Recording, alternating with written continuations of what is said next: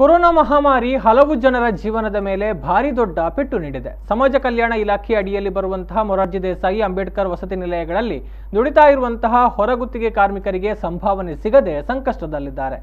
ಆದರೆ ಇಲಾಖೆ ಅಡಿಯಲ್ಲೇ ಬರುವಂತಹ ಅಲ್ಪಸಂಖ್ಯಾತ ವಸತಿ ನಿಲಯಗಳ ಕಾರ್ಮಿಕರಿಗೆ ಸಂಭಾವನೆ ನೀಡಿ ಉಳಿದ ವಸತಿ ನಿಲಯಗಳ ಕಾರ್ಮಿಕರಿಗೆ ನೀಡದೆ ತಾರತಮ್ಯವನ್ನು ಎಸಗಿರುವ ವಿಚಾರ ಇದೀಗ ಬೆಳಕಿಗೆ ಬಂದಿದೆ.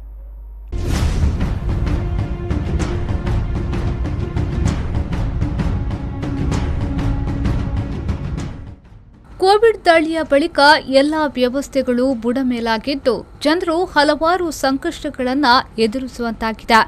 ಅದರಲ್ಲೂ ಖಾಸಗಿ ವಲಯಗಳಲ್ಲಿ ದುಡಿಯುತ್ತಿರುವ ಜನ ಒಂದೆಡೆ ಉದ್ಯೋಗ ಕಳೆದುಕೊಂಡ್ರೆ ಇನ್ನೊಂದೆಡೆ ಸಂಬಳವಿಲ್ಲದೆ ದುಡಿಯಬೇಕಾದ ಸ್ಥಿತಿಯು ನಿರ್ಮಾಣಗೊಂಡಿದೆ.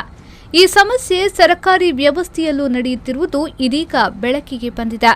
ರಾಜ್ಯ ಸಮಾಜ ಕಲ್ಯಾಣ ಇಲಾಖೆಯ ಅಡಿಯಲ್ಲಿ ಬರುವಂತಹ 817 ವಸತಿ ಶಾಲೆಗಳಲ್ಲಿ ದುಡಿಯುವ ಕಾರ್ಮಿಕರಿಗೆ ಸರ್ಕಾರ ಸಂಬಳವನ್ನ ನೀಡಿಲ್ಲ. ಕಳೆದ ಏಪ್ರಿಲ್ ತಿಂಗಳಿನಿಂದ ಸಂಬಳವಿಲ್ಲದೆ ದುಡಿಯುತ್ತಿರುವ ಈ ಕಾರ್ಮಿಕರಿಗೆ ಇದೀಗ ಜೀವನ ಸಾಗಿಸುವುದು ಒಂದು ಸಾಹಸವಾಗಿ ಪರಿಣಮಿಸಿದೆ.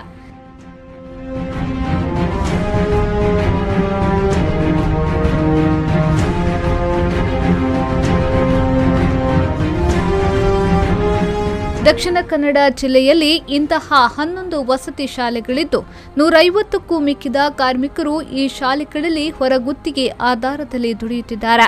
ಸರ್ಕಾರದಿಂದಲೇ ಈ ಕಾರ್ಮಿಕರಿಗೆ ಸಂಬಳ ಪಾವತಿಯಾಗುತ್ತಿದ್ದು ಕಳೆದ ಏಪ್ರಿಲ್ನಿಂದ ಸರ್ಕಾರದಿಂದ ಬರುವ ಸಂಬಳ ನಿಂತಿದೆ. ವಿಪರ್ಯಾಸವೆಂದರೆ ಸಂಬಳ ನೀಡುವ ವಿಚಾರದಲ್ಲೂ ತಾರತಮ್ಯ ಎಸಗಲಾಗಿದೆ ಎನ್ನುವ ಆರೋಪವೂ ಕೇಳಿಬರಲಾರಂಭಿಸಿದೆ. ಸಮಾಜ ಕಲ್ಯಾಣ ಇಲಾಖೆಯ ಅಡಿಯಲ್ಲಿ ಬರುವ ಅಲ್ಪಸಂಖ್ಯಾತ ವಸತಿ ಶಾಲೆಯ ಕಾರ್ಮಿಕರಿಗೆ ಸಂಬಳವನ್ನ ನೀಡಲಾಗಿದೆ. ಒಂದೆಡೆ ಕೊರೋನಾದ ಹೊಡೆತ, ಇನ್ನೊಂದೆಡೆ ಸಂಬಳವಿಲ್ಲದೆ ದುಡಿತದಿಂದಾಗಿ ನೂರಾರು ಕಾರ್ಮಿಕರು ಇದೀಗ ಬೀದಿಗೆ ಬೀಳುವಂತಾಗಿದೆ. ನಮ್ಮಲ್ಲಿ ಮೊರಾರ್ಜಿ ದೇಸಾಯಿಯಲ್ಲಿ ಈಗ 8 ತಿಂಗಳಿಂದ ಸ್ಯಾಲ್ರಿ ಮಾಡ್ತಾ ಇಲ್ಲ. ಅಂದರೆ ಏಪ್ರಿಲಿಂದ ನವಂಬರ್ ಡಿಸೆಂಬರ್ ತನಕ ಈಗ ಸ್ಯಾಲ್ರಿ ಆಗ್ತಾ ಇಲ್ಲ. ತುಂಬ ಕಷ್ಟದಲ್ಲಿ ಇದ್ದೇವೆ ಸರ್.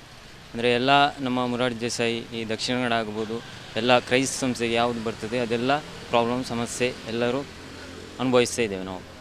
ಈಗ ಅವರು ಸ್ಯಾಲ್ರಿ ನಾವು ಆಲ್ಮೋಸ್ಟ್ ಎಲ್ಲರಿಗೂ ರಿಕ್ವೆಸ್ಟನ್ನು ಕಳಿಸಿಕೊಟ್ಟಿದ್ದೇವೆ. CMಗೆ ಆಗಿರ್ಬೋದು, PMಗೆ ಲೆಟ್ರ್ ಹಾಕಿ ಕ್ರೈಸ್ ಮುಖಾಂತರ ಏನಾದರೂ ಇದು ಮಾಡಿದ್ದೇವೆ. ಅದಕ್ಕೂ ಏನೂ ರೆಸ್ಪಾನ್ಸ್ ಮಾಡ್ತಾ ಇಲ್ಲ ನಮ್ಮ ಕ್ರೈಸ್ ಡಿಪಾರ್ಟ್ಮೆಂಟು.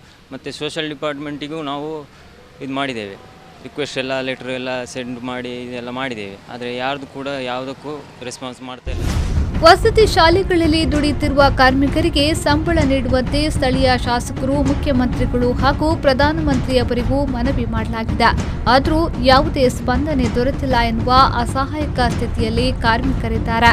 ಸರ್ಕಾರ ಹಾಗೂ ಸಂಬಂಧಪಟ್ಟ ಇಲಾಖೆಯವರು ಕೂಡಲೇ ಈ ಬಗ್ಗೆ ಕ್ರಮ ಕೈಗೊಳ್ಳಬೇಕು ಎನ್ನುವ ಒತ್ತಾಯವು ಇದೀಗ ಕೇಳಿ ಬರಲಾರಂಭಿಸಿದೆ.